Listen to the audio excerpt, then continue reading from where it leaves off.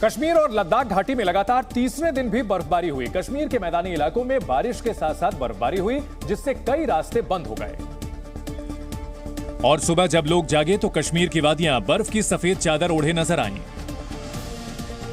घरों के चारों तरफ बर्फ बिछी दिखी, वहीं आसमान से बरस रहे बर्फ के फव्वारों ने पेड़ों पर भी कब्जा कर लिया। ठंड में तो मुश्किल ही है, थोड़ा बहुत मुश्किल होता ही है। ये तो सदी से आ रहा है, ये तो हमको बर्दाश्त करना ही है। कश्मीर में पिछले 3 दिनों से इतनी ज्यादा बर्फ गिर रही है कि पर्यटकों के बैठने के लिए लगाई गई कुर्सियों को भी बर्फ ने ढक लिया। होटल के बाहर खड़ी लग्जरी गाड़ियां भी बर्फ से लिपटी नजर आईं। लेकिन इस भारी बर्फबारी से सबसे ज्यादा उन लोगों के सामने मुसीबत है जो मजदूरी का काम करते हैं, क्योंकि भारी बर्फबारी की वजह से कड़कड़ाती ठंड में मजदूरों को काम की तलाश में बाहर निकलना पड़ता है और कई बार उन्हें काम मिलता भी नहीं। बहुत ज्यादा ठंड है, तो आप क्या करें, मजदूरी के लिए तो निकलना पड़ता है। सुबह सुबह फैमिली का भी सोचना पड़ता है। जोशीमठ में लैंडस्लाइड और घरों में दरारें पड़ने से लोग परेशान हैं। वहीं अब बर्फबारी ने आपदा प्रभावित लोगों की मुसीबत और बढ़ा दी है। जोशीमठ में कुदरत का डबल अटैक देखने को मिला है।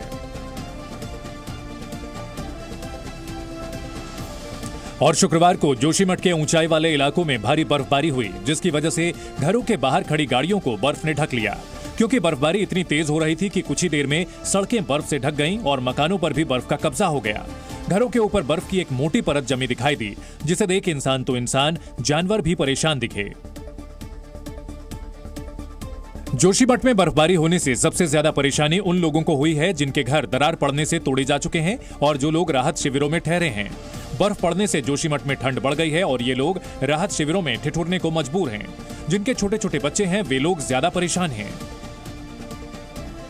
6000 फीट की ऊंचाई पर स्थित जोशीमठ ही नहीं, चमोली, औली, केदारनाथ, बद्रीनाथ और रुद्रप्रयाग में भी इन दिनों भारी बर्फबारी का सिलसिला जारी है। जिसकी एक हैरान कर देने वाली तस्वीर औली से सामने आई। भारी बर्फबारी के चलते औली घूमने आए पर्यटकों की एक कार बर्फ से जमी सड़क पर फंस गई। कार को बर्फ से निकालने के लिए ड्राइवर ने स्पीड बढ़ाई, लेकिन उसे नहीं निकाला जा सका। मैं आपको दिखाना चाहूंगा कि खाली घूम रहे हैं। काफी देर तक कोशिश करने के बाद जब कार नहीं निकली तो पर्यटकों ने कार से उतरकर उसे धक्का दिया, तब जाकर कार आगे बढ़ी। लेकिन बर्फ इतनी ज्यादा थी कि कुछ दूर जाने के बाद कार के पहिए फिर से बर्फ में फंस गए। 4x4 जिप्सी है, लेकिन बर्फ अधिक गिर जाने के कारण ये भी यहाँ पे फंस चुकी है। बड़ी दिक्कत यहाँ पे हो रही है। और जो टूरिस्ट, हालांकि टूरिस्ट बहुत यहाँ पे है नहीं, लेकिन फिर भी जो टूरिस्ट हैं, जो 5-7 गाड़ियाँ दिखाई दे रही हैं, वो यहाँ पे फंस चुकी हैं। कार को बर्फ से जमी सड़क से निकालने में पर्यटकों के पसीने छूट गए, जिसके कारण कुछ पर्यटकों में प्रशासन के खिलाफ नाराजगी भी दिखी। और रास्ता देखो, बता सकते हैं, आप ही बताइए रास्ता कहाँ है, कहाँ मैं गाड़ी के लिए जाऊँ। औली में बर्फ से जमे रास्तों पर कार चलाना तो दूर, पैदल चलना भी मुश्किल हो रहा है। औली से जोशीमठ जाने वाले तमाम रास्ते बर्फबारी की वजह से बंद हो चुके हैं और सड़कों पर करीब 3 फीट तक बर्फ की मोटी परत जम गई है, जिस पर चलना खतरे से खाली नहीं है। बर्फ में पैर घुटने तक घुस जा रहे हैं। जोशीमठ में घरों में आई दरार और भूस्खलन के चलते इस बार चमोली के आसपास के इलाकों में पर्यटक कम पहुंचे हैं, लेकिन वीकेंड में यहां पर्यटकों की अच्छी खासी भीड़ उमड़ रही है। बर्फ से जमी पहाड़ियों और ताजा बर्फबारी को देखकर पर्यटकों के चेहरे खिल गए हैं। मुंबई से घूमने आए पर्यटकों का एक दल औली में ताजा बर्फबारी को देखकर खुशी से झूम उठा। सालों से इस मोमेंट का इंतजार था। My wife, my wife. Thoroughly enjoying and it's just heaven on earth. Chamoli की पहाड़ियां बर्फबारी से चांदी की तरह चमक रही हैं। जहां तक नजर डालो कुदरत का ऐसा नजारा देखने को मिल रहा है जिसके आगे एक आर्टिस्ट की एनिमेशन वाली आर्ट भी फेल है। उत्तराखंड की सफेद वादियां आंखों को ठंडक पहुंचा रही हैं और यहां का शुष्क मौसम पर्यटकों को गुदगुदा रहा है। सब जगह घूमे हैं, लेकिन this is nothing better, it is far better, it is.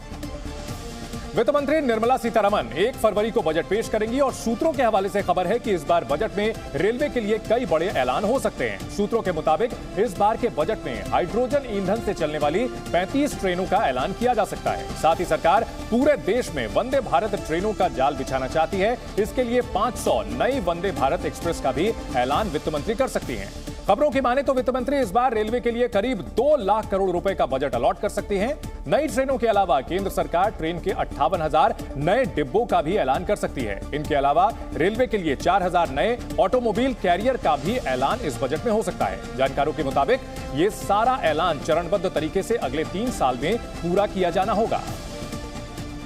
Pakistan के पूर्व प्रधानमंत्री नवाज शरीफ ने गुरुवार को लंदन में अपनी पार्टी के वरिष्ठ नेताओं के एक प्रतिनिधिमंडल से मुलाकात की। इस दौरान पाकिस्तान के हालात पर चर्चा की गई,